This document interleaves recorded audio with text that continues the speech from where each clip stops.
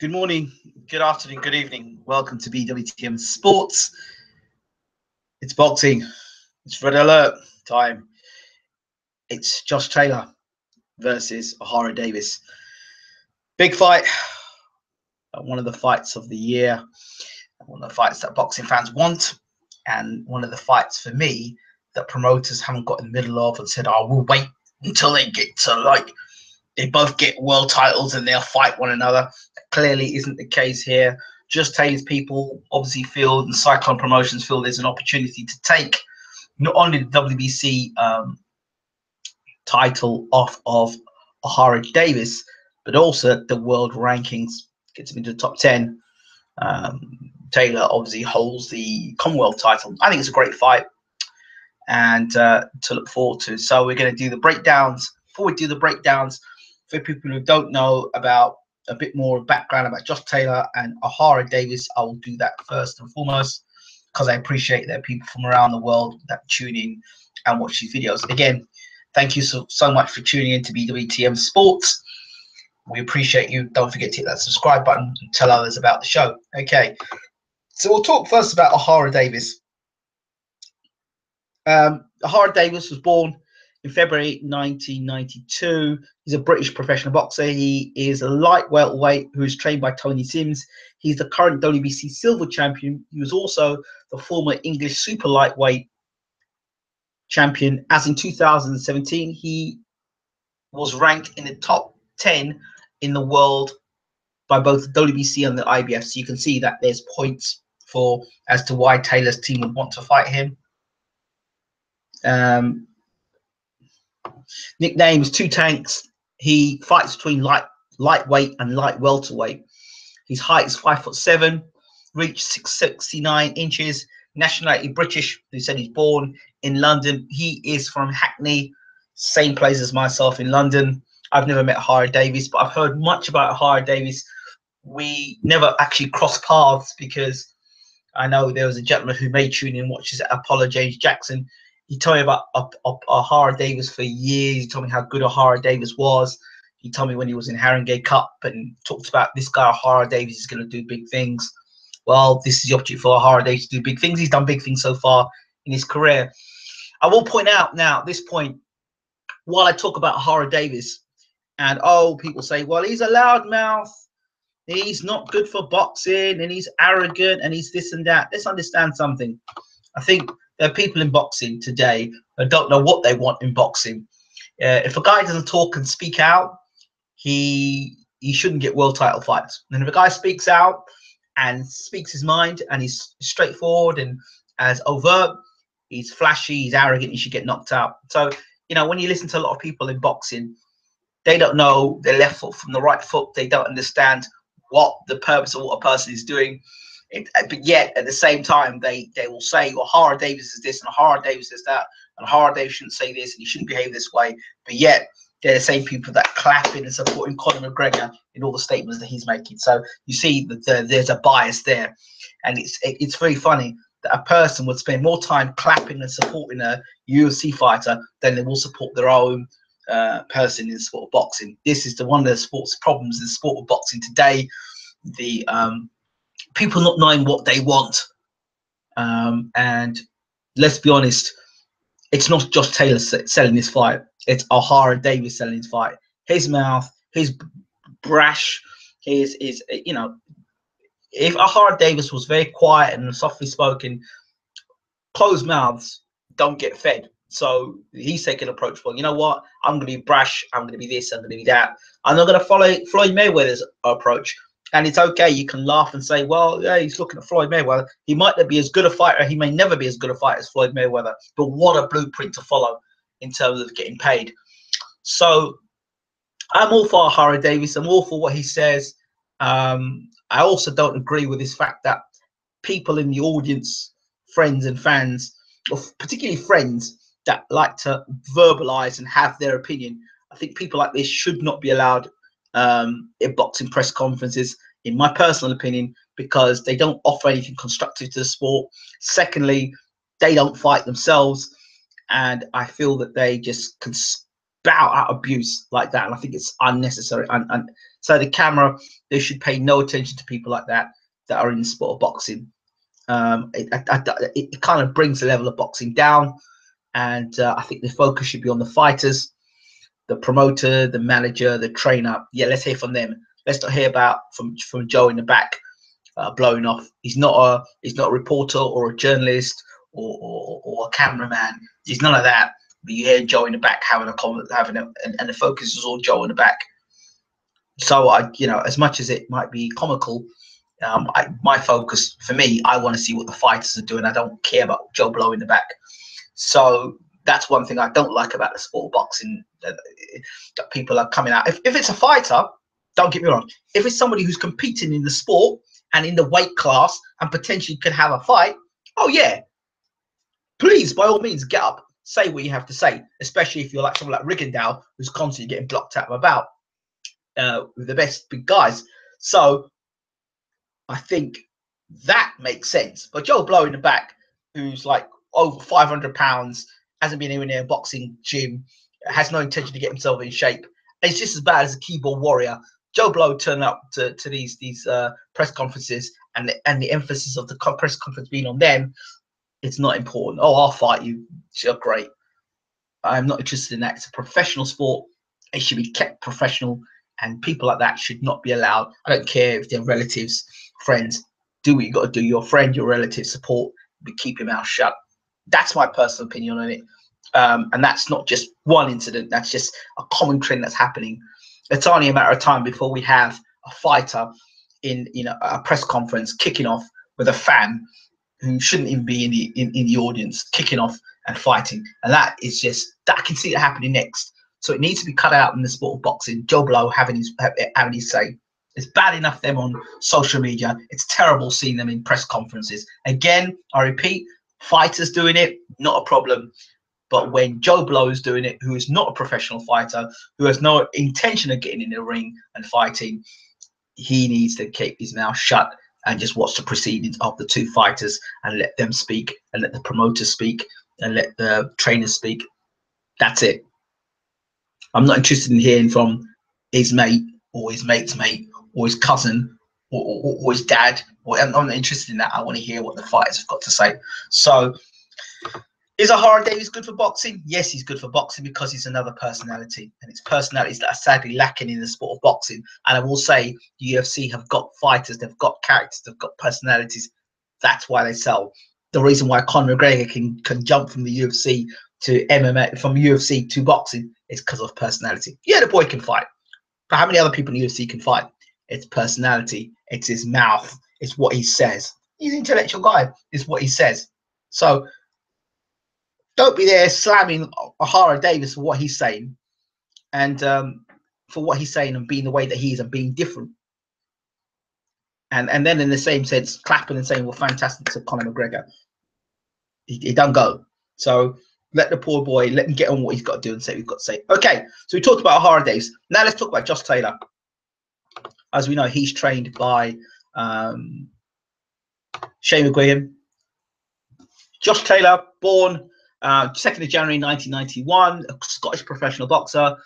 Taylor turned professional in 2015 with an amateur career, taking in selection for 2012 Olympics and winning the gold medal at the 2014 Commonwealth Games in the lightweight division. So we know now that Taylor has got some amateur track record to talk about.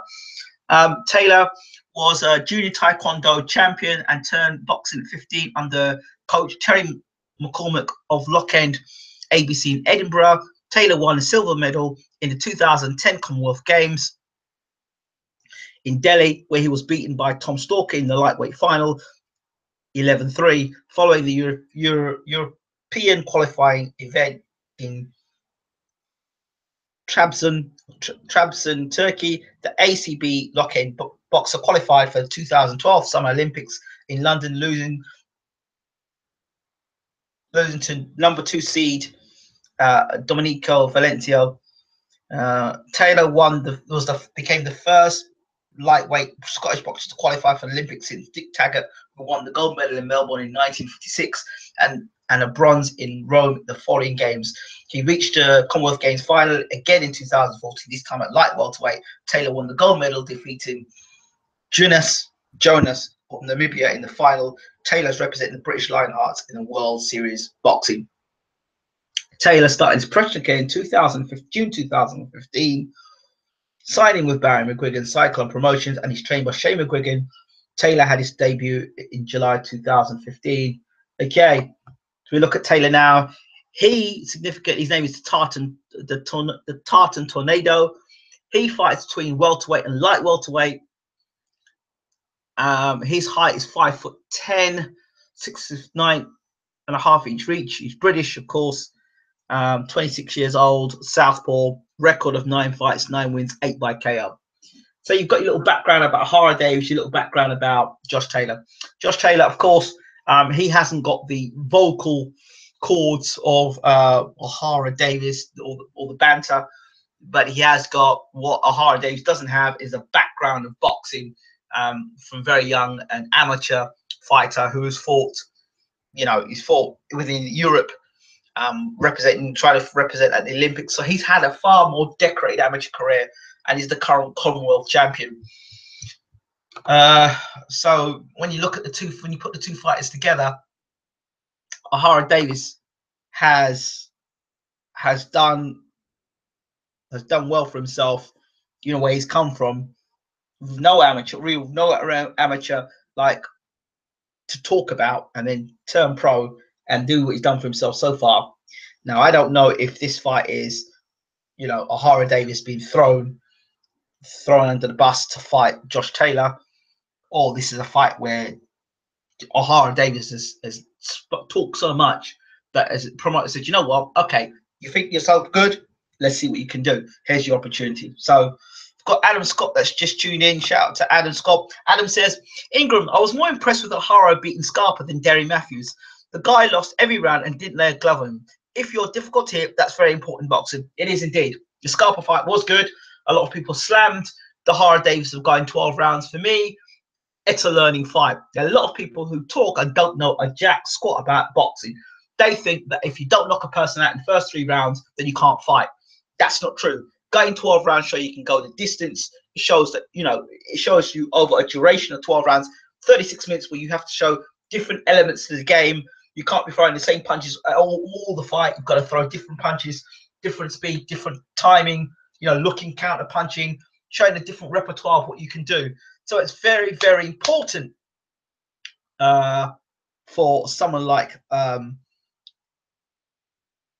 Davies to have gone a different distance. It's so notorious of punchers that all they do is when they knock people over, and then when they find any sort of resistance, they don't know what to do. Ohara Davies has gone the 12 rounds, and I think that this has helped Ohara Davies so much. So that's great for Ohara Davies, and I think it's key. It's key to see for Ohara Davies. As for Josh Taylor, like I said, he's got the experience of fighting, you could say, all around the world. In some ways, and a little bit, this fight kind of reminds me of Lennox Lewis and Gary Mason. Gary Mason was the puncher, the vaulty puncher with the more knockout record, but had never had no real big amateur background. He did the ABAs, but it wasn't nothing big. Then you had Lennox Lewis, who went to the Olympics, Olympic champion, more decorated as an amateur. So you've got that now. So I know that Josh Taylor never won the Olympics, but he's had he's had a decorated amateur career as opposed to Ohara Davies, and it's kind of that sort of thing. And I see it. It reminds me very much of that sort of situation. CC2971 says, I think Ohara will win. I've been very impressed when I saw McGuigan's getting beat again. Now, let's get into this fight in the breakdown. What have I seen so far of both fighters? They're polar opposites. Polar opposites. And here's why my looking at both guys. Ohara Davies. No, let's talk with Josh Taylor. Josh Taylor, pretty straight up, sort of orthodox, southpaw fighter. Does everything sort of correctly, textbook. Nothing spectacular about Josh Taylor. It's pretty straight up and down. throws the right punches, throws nice shots to the body. The one thing I do know about Josh Taylor, he doesn't fight as effectively up close, at distance as he does up close. Look at his knockouts and what he does. Gets in close, likes to get in the pocket and throw his shots. Likes to get you to the ropes, tuck up tight, get you to the ropes and throw shots. Ohara Davies polar opposite. Ohara Davies likes to use those long arms, and you look at his knockout shots, the big right hand over the top, throwing uppercuts from distance. Ohara Davies is more loose in terms of upper body movement. He's got a lot more upper body movement, and he's more likely to do the unpredictable thing with Ohara Davies. With Josh Taylor, what you see basically is what you get. He's a good boxer, good fundamentals. Ohara Davies, on the other hand, I don't like some of the things I see in Ohara Davies. He's defensively irresponsible. Yes, he's got good reflexes and stuff. Defensively irresponsible. When you get to the highest level now, and you can't bang guys out, you need to start protecting yourself and not getting hit and getting caught in counters. Good thing I see about Ohara Davies. Point is, what I see he can, because Josh Taylor likes to keep that tight guy here. I see Ohara Davies being able to throw the uppercut. That's one of the shots I think Ohara Davies can throw, the uppercut. Ohara Davies has to be careful now. If Josh Taylor is able to put Ohara Davies on the ropes and bully him on the ropes, that's where I think Taylor wins a fight. Taylor wins a fight not from distance but up close, with Ohara's back against the ropes. That's where I think Taylor can Ohara Davies keep Taylor on the outside with big booming right hands. Taylor's the taller fighter, so which means, almost like the Manny Pacquiao fight, the overhand right is going to be a big danger punch for Josh Taylor. Josh Taylor's going to have to be careful of negotiating that right hand. So when he comes in, he's going to have to negotiate the right hand, and he's also going to have to negotiate the uppercut. Now, it's much easier to punch up than it is to punch down. Josh Taylor's going to be punching down. Ohara Davies is going to be coming up. So, you know, it's a pick and fight, absolute pick and fight, I think.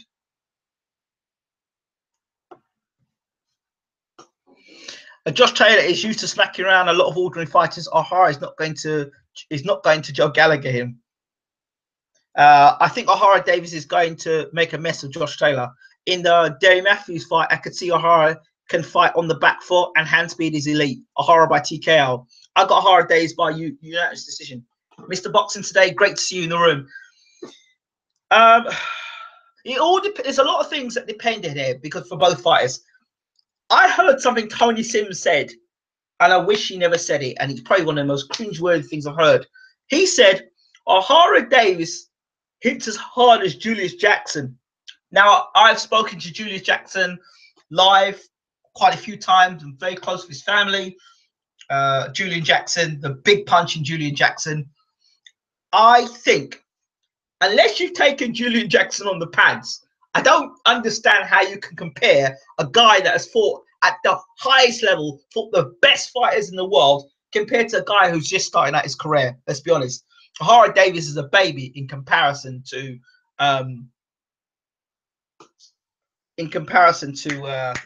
Julian Jackson. And when Julian Jackson's a rarity. When Julian Jackson could crack, when Julian Jackson hit you, you stayed hit. You didn't need the referee. He'd walk in, boom, and you fall on the canvas, and that was it. There was no you getting up and the referee, you got hit, boom, and that was it. Boom, straight, listen, boom, that's it. People talk about Golovkin, and Golovkin's a puncher. They need to go back and watch Julian Jackson. Julian Jackson just walk in, boom, out. Same with Tyson. Tyson comes in, boom, out. That's it. None of this 4-4, 5-punch combination. The guy's against the ropes, and the referee coming and stopping the fight, and then the guy smiling afterwards. None of that. When Jackson hit you, you were hit, and that was it. Ask Terry Norris. Ask Terry Norris. Do you know what I mean? So, as far as I'm concerned, and I look at this, I couldn't believe what Tony Sims was saying. Now, the other thing I want to talk about is mind games, psychological mind games. Josh Taylor and Ohara Davies, when Josh Taylor is trying to mess around, yeah, the Harold Graham knockout as well. There you go. I bit my tongue that night when Harold Graham got knocked out. My tongue, I was eating a ham sandwich and I bit into the sandwich, and blood started pouring all out my mouth. I think Taylor wins a one-sided victory. Josh footwork underrated. Yeah, well, his footwork may be underrated, but you see, statements like this, his footwork's underrated. He can cut the ring down. He can do this. He can do that.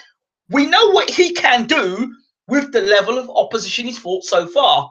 What we don't know is if he can do it against guys who hit really hard. We don't know if he can do it against guys that are physically as strong as him. We don't know if he fights well against guys that give him resistance. We don't know that about Ohara Davies. We don't know about Josh Taylor. We know what we've seen of them. We know what they've previously done up to this point, but all what they've done and this guy's got a big punch, and we really don't know until the fight. We've got an idea. We've got patterns. Patterns are Josh Taylor, when he gets you to ropes, likes to throw the left hook to the body and work you against the ropes. We know that Ohara Davies likes to use the long arms and bang right hands. We also know that Ohara Davies, like I said, defensively irresponsible. Between the two guys, Josh Taylor is far more defensively responsible than Ohara Davies. Ohara Davies is more prepared to take chances. I don't know how good Ohara's chin is like. Going back to the mind game thing, sorry. Going back to the mind game thing, you knocked me off point. But going back to the thing about the mind games, Ohara Davies, Josh Taylor messing around with his gloves, his glasses, and trying to put his hand and try and strangle him and all that kind of nonsense. Now, I don't know if people know the background of Ohara Davies. I don't know if they think they can rattle him. I don't know what's been said between Ohara Davies and Josh Taylor. I'm always concerned, and hear me out on this. I'm always worried when I see fighters. I don't know about Hugh Freeze's fight being. Do you think Ohara will stay to his words, Ingram, and will walk out of the ring if Taylor's still there in past 6 rounds? Nah, I think it's talk. I don't think that's going to happen. I think they've just tried to do all they can to rattle Ohara Davies, but Ohara Davies is a hackney man, and I don't see Josh Taylor being someone that's going to intimidate Ohara Davies. Ohara Davies, Josh Taylor is the kind of guy I can imagine on the streets of Hackney. Josh Taylor getting robbed of his money. That's the kind of person I can see. That's the sort of situation, and that's how I can see Ohara Davies looking at Josh Taylor. Who's this boy? Who's this boy? Let him come. I'm gonna thump him up. That's the kind of mentality a man from Hackney will have. And I think that going in, Josh Taylor thinking, well, you know what, I'm gonna rough him up. But I don't think Josh Taylor understands what he's dealing with a man like a Hackney man. All right, I'm just stating that. That's something that he needs to consider. Winning gold at the Commonwealth is great. It's fantastic. Shout out to Barry McGuigan and Cyclone Promotions. Shane McGuigan. Shane McGuigan is a question mark about him. The one thing I don't like about Shane McGuigan fighters, and they all seem to do it, they leave that left hand dangling out there, and they do this thing where the left hand and the left hand and right hand kind of come out like that, and I don't like it. I don't like it because you're not throwing it. It's not a power punch. It's not a rangefinder. It's just out there, and it sort of leaves you open to getting nailed with something. Josh Taylor's going to have to be very, very careful in this fight, and how he goes about the work. For me, if Josh Taylor can keep Ohara Davies up on his chest, right? If he can keep on Ohara's chest, he can win the fight, because that takes away Ohara's long arms and the punching power, because his punching power comes from his long arms and leverage. So he has to keep Ohara's back against the ropes. For Ohara Davies, he needs to keep his back away from the ropes, hold the center of the ring, and let them bombs go against Taylor. And when Taylor likes to come rushing in, get that uppercut ready for him. So the keys to victory for Ohara Davies and Josh Taylor. I I would say that probably Josh Taylor has fought better boxers than Ohara Davies. But because Ohara Davies is so unpredictable, I just don't know. It depends. If Ohara Davies can hurt Josh Taylor early, interesting. So it's a pick and fight.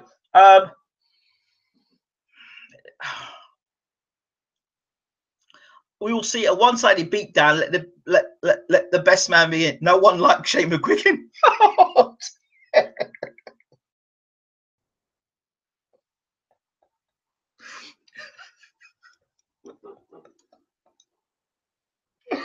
You know what? I like Shane McGuigan. I only like Shane McGuigan because of what happened with the whole Scott Quigg thing. That made me laugh. I wouldn't say no one likes Shane McGuigan. I've got nothing against Shane McGuigan or Barry McGuigan. In fact, I used to like Barry McGuigan when he used to commentate. I think because McGuigan's gone and done his own thing, he's got Carl Frampton. Look, Carl Frampton is a very good fighter, one of the best fighters we've got in this country or in the UK. I see Ohara Davies punishing Taylor for a good 3 rounds and finishing him off in the 4th. He may do that. He may do that. We're going to see how good a trainer. We're going to see how good a trainer Shane McGuigan is again tonight. And as for Tony Sims and his Julian Jackson statement, I don't know what Sims thought when he was saying that. You know, I haven't seen somebody punched as hard as Ohara Davies since the days of Julian Jackson. Really? Golovkin, Kovalev.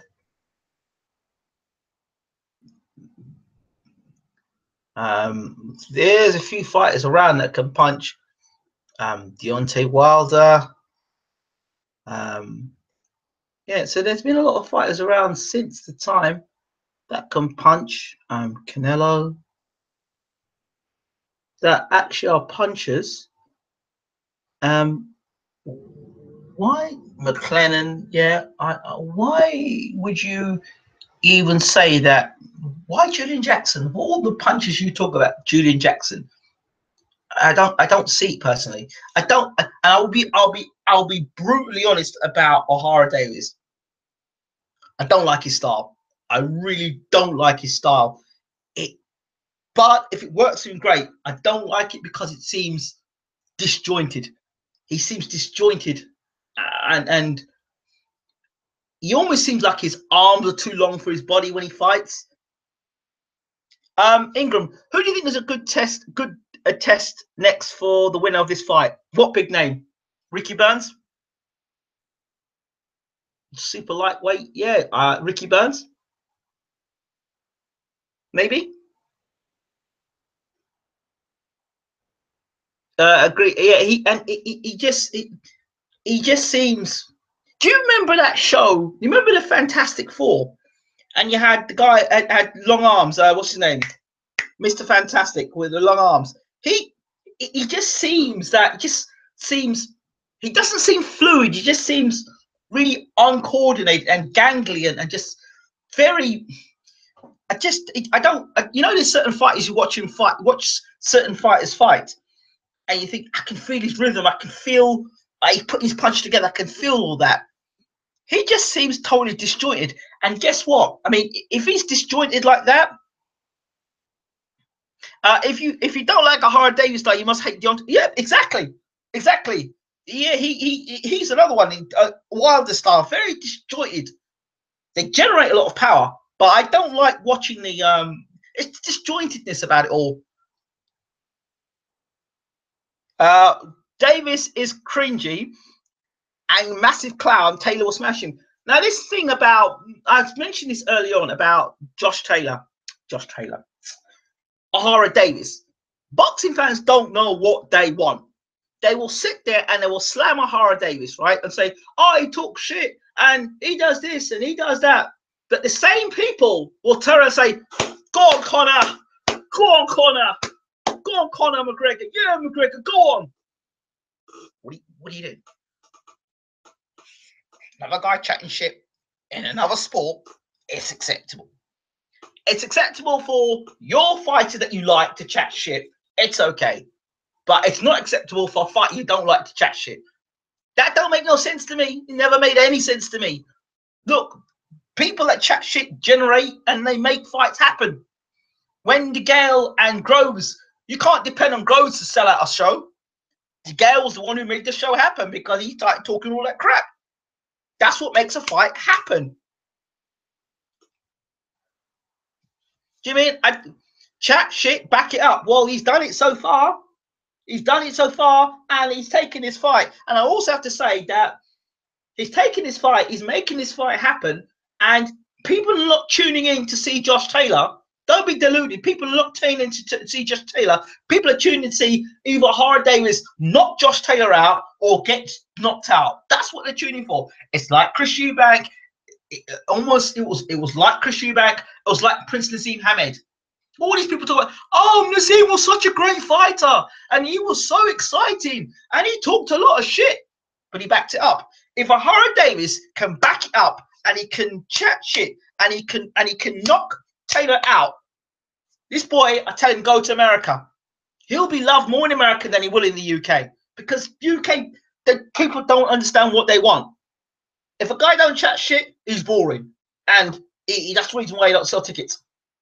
So Andre Ward, he don't chat shit. He's pound for pound best fighter in the world. Oh no, not good. Not good. Oh, because he don't sell tickets. He's boring. That's why he don't sell tickets. He's got no personality. Okay. So you've got Mayweather. He chats shit. Oh, he's boring. He's got a boring style. Okay. So now you've got Ohara Davies. He's a puncher. He goes out there to try and knock you out. He chats shit. No, I don't like him. He's got a problem. He's got attitude. What do you want? You've got Tyson Fury. Oh, you know, he's tall. He's clumsy. He's a gypsy. Oh, he talks too much. Chat shit. I don't like him. What do you want? And then you've got a guy like Gennady Golovkin can hardly put two words together. Oh, no. Golovkin's great. He's the best since fighter. What? What? You've got Canelo. Canelo can't. I'm sure Canelo can speak English. Because many a time people are talking to Canelo and he's there and he's about to answer and then he starts answering in Mexican. But that's acceptable. That's acceptable. I don't understand it whatsoever. Davies isn't on Fury's levels and Ward's levels, so we don't know that yet because if Davies goes out and sparks Josh Taylor tonight, we don't know. We'll have to wait and see. If Taylor gets himself cleaned out tonight, what's going to happen?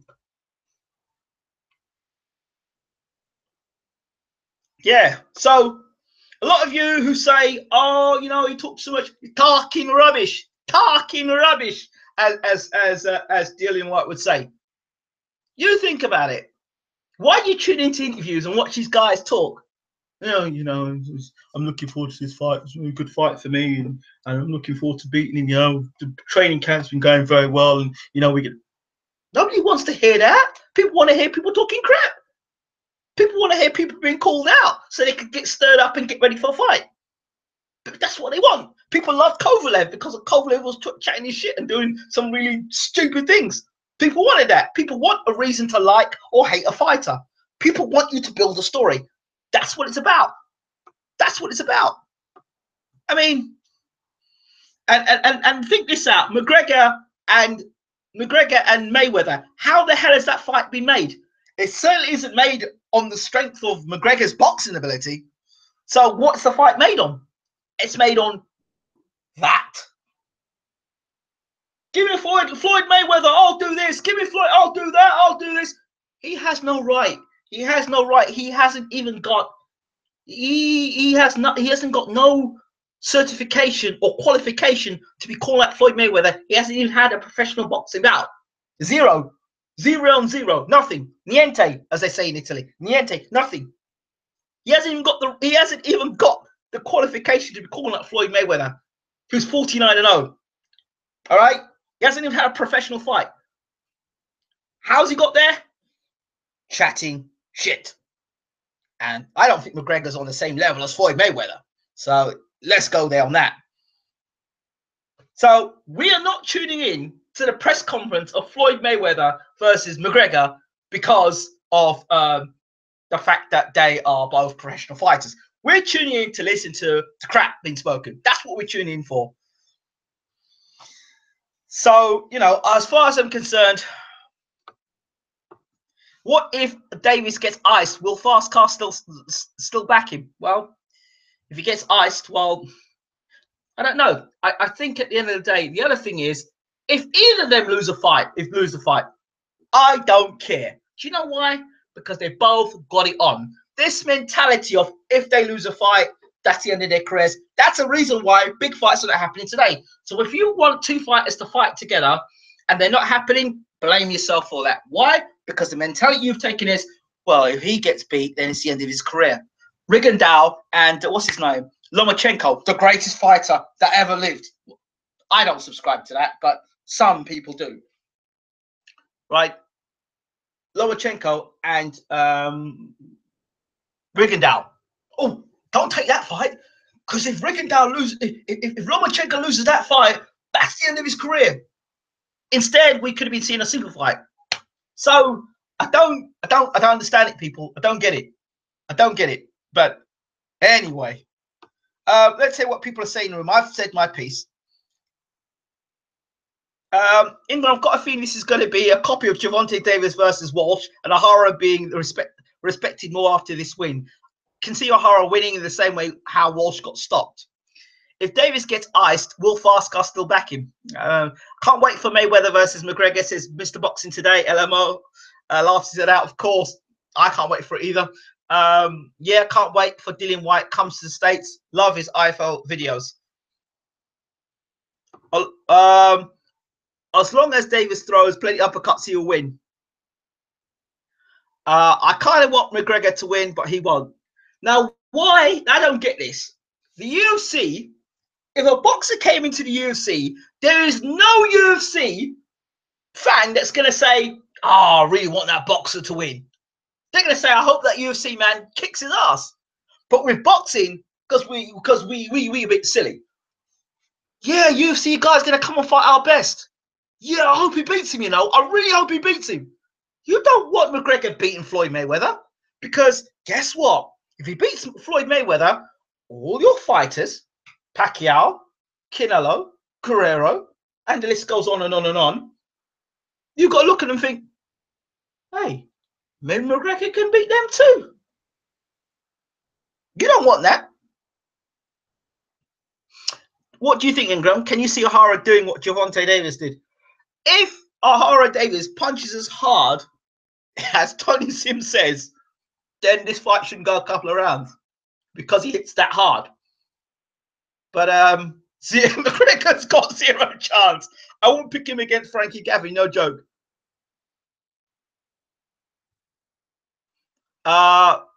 Mayweather's next fight is against Undertaker at SummerSlam. I'll watch to see if McGregor can land one punch. What do you mean land a punch? But how many better fighters than him have landed a punch? Zab Judah, Chop Corley, Shane Mosley, Canelo, Guerrero, Maidana. Let me ask you a question. Do you think McGregor could beat Maidana? No, honestly, do you think McGregor could beat Maidana? I don't see anybody saying, yeah, I see that fight. All he needs to do is land that left hand. See, I don't get it. I don't get it. That's McGregor wouldn't even win an area title. You see, the thing is, I want to know how McGregor is going to make the adjustments in such a short space of time from being a UFC fighter to being a boxer. If there was no rules, who do you think would win? If there were no rules, well, it'd be a street fight, wouldn't it? It'd be all, I don't know. If it's a street fight, where is it? I think Mayweather would still win if it had no rules. Because, hey, listen, if it's a street fight and it's in Las Vegas and it's outside of Mayweather's gym and McGregor and Mayweather are fighting, or you've seen all the security guards, all of Mayweather's security guards on Conor McGregor, I think Mayweather still wins. If you're asking me if Mayweather gets in a cage and fights Conor McGregor, then you're not dealing with Floyd Mayweather. You're doing with a complete idiot, because Floyd Mayweather is smart. He's not going to get in the ring and fight McGregor. Now, here's something I heard. Now, I don't know how true this is, and I hope Mr. Boxing's in the room. Mr. Boxing Today's in the room.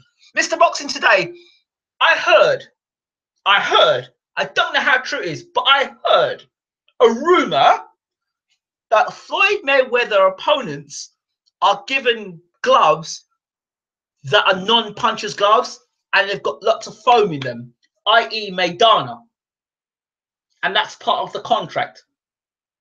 Can you confirm or deny these reports? If that's the case, Floyd Mayweather is a master, because I won't want to be getting hit by him. It's like the best table tennis table tennis player versus Roger Federer in a tennis match on grass. It's that one-sided. Well, it is that one-sided, but you know, you've got people like in Sky that will say, "What do you think of Paulie Malignaggi training Conor?" I think Paulie's been a good spy for the Mayweather team. Do you really think that Paulie Malignaggi wants McGregor to beat Mayweather? Really? Really? You really want that now? I don't think so. I don't think so. I don't think so. I don't think so. Sorry. I don't believe so. I don't believe it at all. I don't believe it all for 1 second. I really don't. Yeah. Right. I think I'm done with this situation. While you're at the channel, don't forget to check out our interview with Bermain Stavern and him talking about the mandatory position and him fighting Wilder. I believe the fight is at the end, rumored to be careful what I say, rumored to be at the end of September. I think terms have already been agreed, and I think that the fight is, they're looking to put the fight on Showtime. That's as much as I think I know, or for rumors. So that's as much as it is. Floyd picks his opponent's gloves. I know he picked Maidana's. Floyd gets a lot of advantage. Well, okay, you saw what Maidana did to Broner, right? Well, yeah. Imagine if, let's imagine that punch that supposedly knocked the tooth out of Floyd Mayweather when he hit him in that round.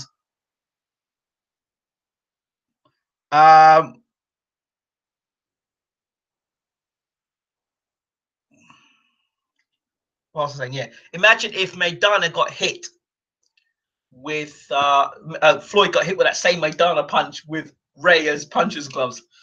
Yeah. Wing, give us live commentary of this fight. Love the show. Wingy, Bayloric, I mean. Yo, so funny. It's BWTM. Get it right. Respect for all the content today. Work rate is high. BWTM going from strength to strength. Thank you very much, Mr. DJ Slick. You're still whining about Floyd? Whining? No. I think you've come in late, Mr. Crucial. I was actually complimenting Floyd on his master strokes. Right. Don't forget to check out tonight. We'll be doing live commentary of Josh Taylor versus Ohara Davies. We'll be here live. Love the show, pal. Thank you so much, Dan Arsenal 1999. Also check out our gaming channel. We will be doing our Arsenal game after the boxing tonight. So after the boxing, we'll be doing it.